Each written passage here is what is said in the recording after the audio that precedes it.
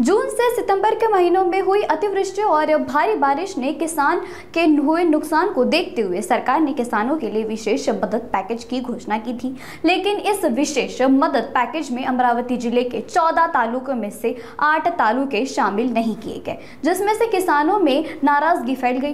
इस पर अमरावती जिले के धामगांव रेलवे निर्वाचन क्षेत्र के विधायक प्रताप अडसड और तिस्वा क्षेत्र के विधायक राजेश वानखेड़े ने विभागीय आयुक्त क्षेत्र सिंगल से मुलाकात की। तालुका पण वगळण्यात आला तुमचा मोठ्या प्रमाणात संत्रा उत्पादक शेतकरी तुमच्या तिवसा नाही की जिल्ह्यातील 8 तालुके हे वगळण्यात आलेले आहे।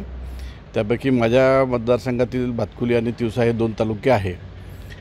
आणि आता आम्ही महसूल कमिशनरांना भेटलो तेव्हा त्यांनी सांगितलं की अहवाल थोडा लेट गेलेला आहे, कारण ॲग्रिकल्चरचा अहवाल पहिले गेला, महसूलला सगळं हे करायसाठी सांगितलं आणि महसूलचा अहवालसुद्धा काल रात्री गेलेला आहे।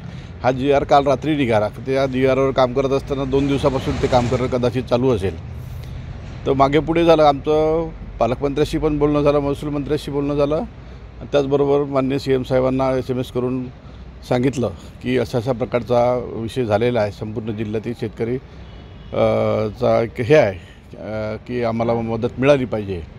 तर माननीय मुख्यमंत्री हे सकारात्मक आहे आणि आपले जे आता जिल्ह्यातील जेवढे तालुके सुटले तसं सर्वच आमदारांनी, म्हणजे प्रवीणभाऊ ताडे आहे, केवलरामजी आहे, चंदूभाऊ आहे येवलकर, सर्वांनीच संपर्क केलेला आहे।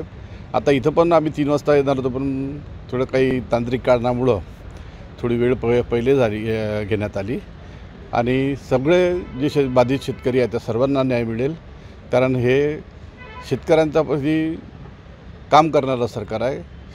जेवढी मदत आतापर्यंत कोणत्याही सरकारनं दिली नाही अशी भरघोस मदत या सरकारने माननीय मुख्यमंत्र्यांनी जाहीर केलेली आहे। त्यात आपलंसुद्धा जिल्ह्याचे 8 तालुके सुटेल त्याचा समावेश होईल। जिल्ह्यामध्ये 8 तालुके वगळण्यात आले होते, त्यामध्ये माझ्या मतदारसंघातली 2 आहे आणि जिल्ह्यातील इतर 6 आहेत बाकी मतदारसंघातले। आम्ही त्या संदर्भात आज निवेदन द्यायला कमिशनर ऑफिसला आलो आहे। मुख्यमंत्री महोदयांनाही मेसेज करून आणि फोनवर आमचं चर्चा झाली आहे। सगळेच आमदार आम्ही सगळे सोबतच आहोत। बाकी काही कार्यक्रमानिमित्त येऊ शकले नाही, परंतु ते सगळे आम्ही सोबत आहोत आणि निश्चितपणे यामध्ये दिलासा मिळेल हा विश्वास आहे। कारण काय झालं की थोडे अहवाल मागं पुढं झाल्यामुळं आणि जुलै ऑगस्टपर्यंतचेच पंचनामे गृहीत धरल्यामुळे थोडी ती अडचण झाली असं लक्षात येऊन राहिलं आहे। नेमकं टेक्निकल अडचण माहीत नाही, परंतु शासन निश्चितपणे शेतकऱ्यांच्या पाठीशी आहे आणि एवढी मोठी मदत आजपर्यंतची कधी झाली नव्हती। तेवढी ऐतिहासिक मदत महाराष्ट्र शासनानं संपूर्ण शेतकऱ्यांना दिलेली आहे आणि शासनही शेतकऱ्यांच्या पाठीशी आहेच, परंतु काही टेक्निकल अडचणी, अहवाल मागं पुढं होणं या कारणांमुळे थोडं हे झालं आहे। आम्ही आता कमिशनर मॅडमला भेटलो आणि त्यांनीसुद्धा त्यांचा अहवाल शासनाला पाठवला आहे मागणीचा। आता निश्चितपणे मला असं वाटते की नवीन GR सुधारित निघेल आणि या सर्व शेतकऱ्यांना व सर्व तालुक्यातील सर्व बाधित शेतकऱ्यांना 100% न्याय मिळेल। अधिकाऱ्यांच्या चुकीच्या अहवालामुळे तर वगळलं गेलं।